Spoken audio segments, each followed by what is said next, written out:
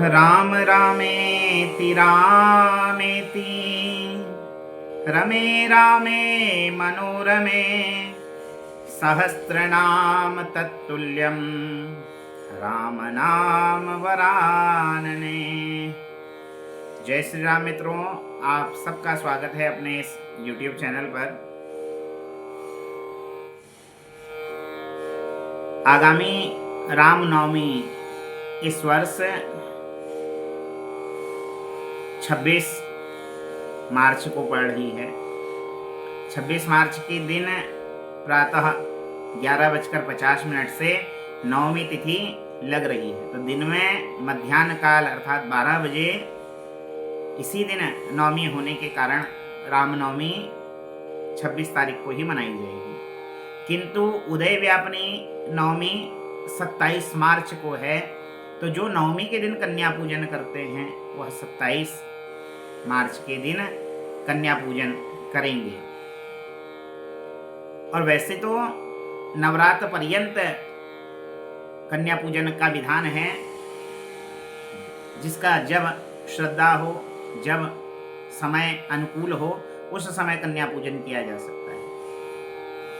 कहीं कहीं कुमाऊं अंचल में पहाड़ी मान्यता के अनुसार अष्टमी के दिन से ही कन्या पूजन प्रारंभ हो जाता है। अष्टमी के दिन कन्या पूजन किया जाता है, नवमी के दिन कन्या पूजन किया जाता है, दशमी के दिन कन्या पूजन किया जाता है, अथवा जो इस समय नहीं कर सकता वो पूर्णमासी के दिन भी कन्या पूजन करते हैं। तो बिना किसी मन में संकोच के जब उपलब्ध समय हो उस दिन श्रद्धा भक्ति के साथ कन्या पूजन करें। कितने वर्ष की कन्या हो, कई लोग यह भी पूछते हैं कि कितने वर्ष तक की कन्याओं का पूजन किया जा सकता है। तो शास्त्र में बतलाया है कि 2 वर्ष से लेकर 10 वर्ष तक की कन्या का पूजन इस कन्या पूजन में करना चाहिए। 9 कन्याओं का पूजन का महत्व है।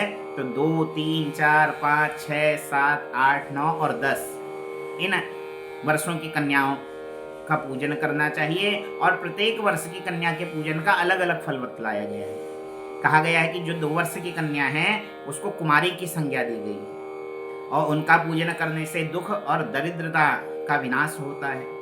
3 वर्ष की जो कन्या है उसको त्रिमूर्ति का नाम दिया गया। त्रिमूर्ति का पूजन करने से घर में सुख, समृद्धि, धन धान्य सदैव बना रहता है। 4 वर्ष की कन्या को कल्याणी की संज्ञा दी गई। परिवार के कल्याण और सफलता के लिए कल्याणी का पूजन किया जाता है।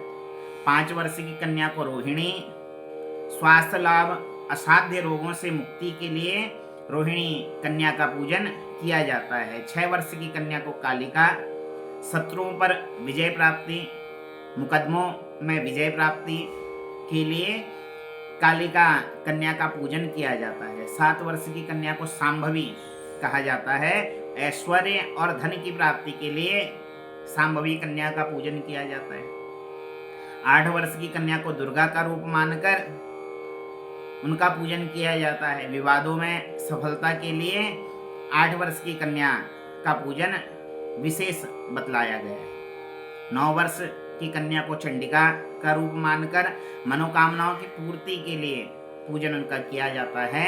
और 10 वर्ष की कन्या सुभद्रा कहा जाता है और मोक्ष की प्राप्ति के लिए कन्या का पूजन किया जाता है। तो 2 वर्ष से लेकर 10 वर्ष की कन्याओं का पूजन का विधान शास्त्र में आता है। तो इन वर्षों की कन्याएं उपलब्ध हों तो इनका पूजन किया जाए। यदि इतनी कन्याएं उपलब्ध ना हो तो जिस वर्ष की 2 वर्ष से लेकर 10 वर्ष तक के मध्य में 9 कन्याएं जिस भी उम्र की मिल जाएं उनका पूजन श्रद्धा भाव के साथ उनमें साक्षात माता का स्वरूप मानकर उनका पूजन किया जाता है। और माँ भगवती जगदम्बा परम्बा अपनी कृपा सब भक्तों पर बनाए रखती है। माता के लिए कहा गया है कुपुत्रो जाये तो क्वचिदपि कुमाता न भवति। यदि पुत्र कुपुत्र भी हो जाए किंतु माता कभी कुमाता नहीं हो सकती। तो श्रद्धा भाव के साथ माता का जो पूजन करते हैं, शक्ति आराधना जो करते हैं, उनके जीवन में कभी दुख, दारिद्र्य, संकट कभी नहीं आता। माँ सबसे अपने भक्तों की, अपने संतानों की रक्षा करने वाली माँ है। तो श्रद्धा भाव के साथ जिसको जब सामर्थ्य हो, जब समय उपलब्ध हो, उस दिन कन्याओं का पूजन करें, नवरात्र पूजन करें, शक्ति आराधना का पर्व है, आप सब करें। इसी मंगल कामना के साथ यह नवरात्र आपके जीवन में हर प्रकार की उपलब्धियां लेकर आए। जो जिस कामना से, जिस इच्छा से, जिस मनोरथ से माँ का पूजन करे, वह मनोरथ उसका सिद्ध हो। इसी मंगल कामना के साथ पुनः किसी नई वीडियो को लेकर आप सबके सम्मुख उपस्थित होऊंगा। फिर मिलेंगे, तब तक के लिए आज की राधे राधे, जय श्री राम, हर हर महादेव।